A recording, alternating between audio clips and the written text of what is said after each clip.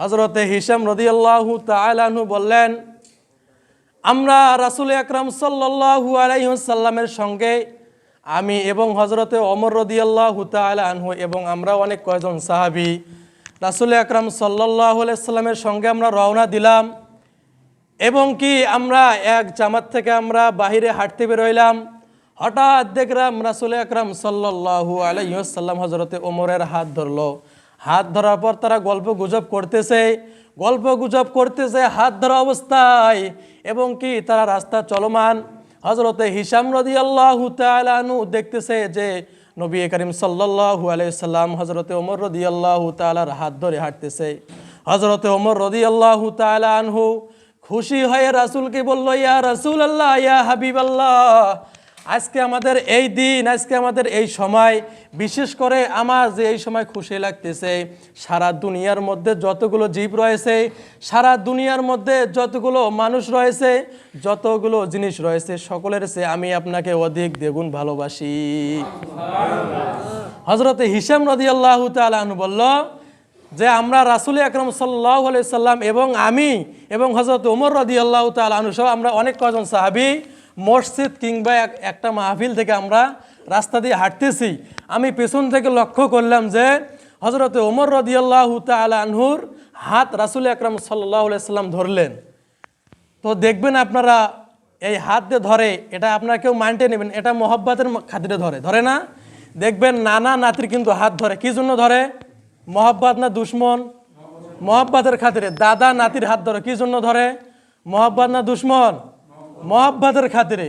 তো রাসূল আকরাম সাল্লাল্লাহু আলাইহি সাল্লাম সাহাবা একরামদেরকে এত মহব্বত করতেন, রাসূল স্বয়ং নিজে হযরতে ওমর রাদিয়াল্লাহু তাআলা আনহুর হাত ধরে হাঁটতেছে আর গল্প গুজব করতেছে। হযরতে হিশাম রাদিয়াল্লাহু তাআলা আনহু বলল, আমি যখন হযরতে ওমর রাদিয়াল্লাহু তাআলা আনহুর মুখে আমি এই কথা শুনলাম যে ইয়া রাসূলুল্লাহ, আমি আপনাকে বেশি ভালোবাসি, কিন্তু এখানে একটা কিন্তু রয়েছে। রাসূল আকরাম সাল্লাল্লাহু আলাইহি সাল্লাম বলল, হে ওমর, কিন্তু মানে কি বলো? বললেন যে ইয়া রাসূলুল্লাহ, কিন্তু আমি আমার জীবনের চাইতে আপনাকে বেশি ভালোবাসি না। হযরত ওমর বলল যে আমি সারা পৃথিবীর মধ্যে যতগুলো জীব রয়েছে, আমার মা বাবা দাদা দাদি যত কিছু রয়েছে, সকলের চেয়ে আমি আপনাকে দ্বিগুণ ভালোবাসি, কিন্তু আমার জীবনের চেয়ে আমি বেশি ভালো আপনাকে বাসি না।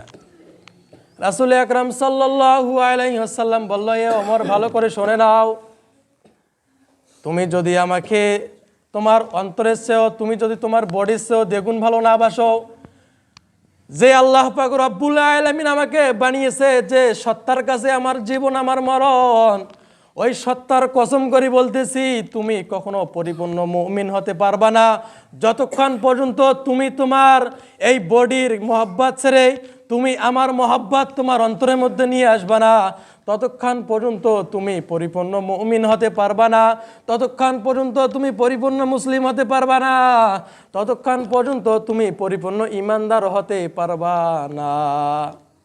তো আমরা এখন বুঝি যে সাহাবী হযরত ওমর, তিনি কাফের ছিলেন, কাঠা কাফের ছিলেন।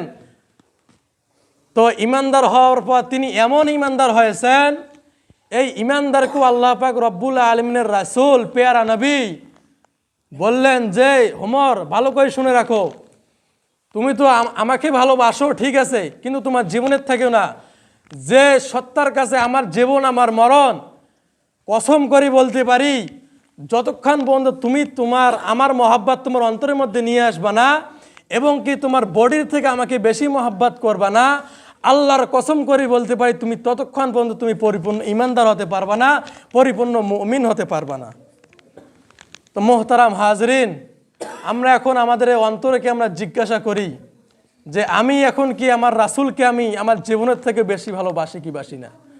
সাহাবা একরামরা এরকম ভালোবাসতেন। হযরত ওমর রাদিয়াল্লাহু তাআলা আনহু 1 কিংবা 2 মিনিট চিন্তা করার পর হযরতে ওমর রাদিয়াল্লাহু তাআলা আনহু ডাক দিয়ে বলল, ইয়া রাসূলুল্লাহ, ইয়া হাবিবাল্লাহ, আমি কিছুক্ষণ চিন্তা করে দেখলাম, আল্লাহর কসম করে বলতেছি, আমি যে আল্লাহ তাআলা আমাকে দুনিয়ার মধ্যে পাঠিয়েছেন, যে আল্লাহ তাআলা তোমাকে দুনিয়ার মধ্যে পাঠিয়েছেন, ওই আল্লাহ তাআলার কসম করে বলতেছি, আমি আমার জীবনের থেকেও আপনাকে অধিক মোহাব্বত করি।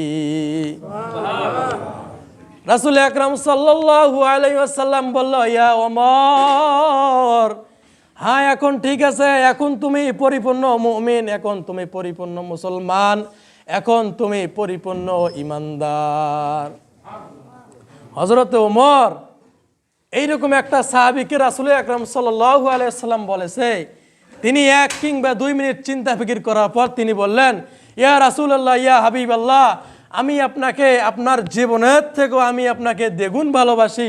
তখন রাসূল বলল যে, হ্যাঁ এখন ঠিক আছে, এতক্ষণ তুমি যে বলছো, এতক্ষণ ধরে তুমি বলছো যে আমি আপনাকে ভালোবাসি, সারা পৃথিবীর যতগুলো ইনসান রয়েছে, মানুষ রয়েছে, জিন রয়েছে, তাদের থেকে আমি আপনাকে বেশি ভালোবাসি, কিন্তু আমার জীবনের থেকে না।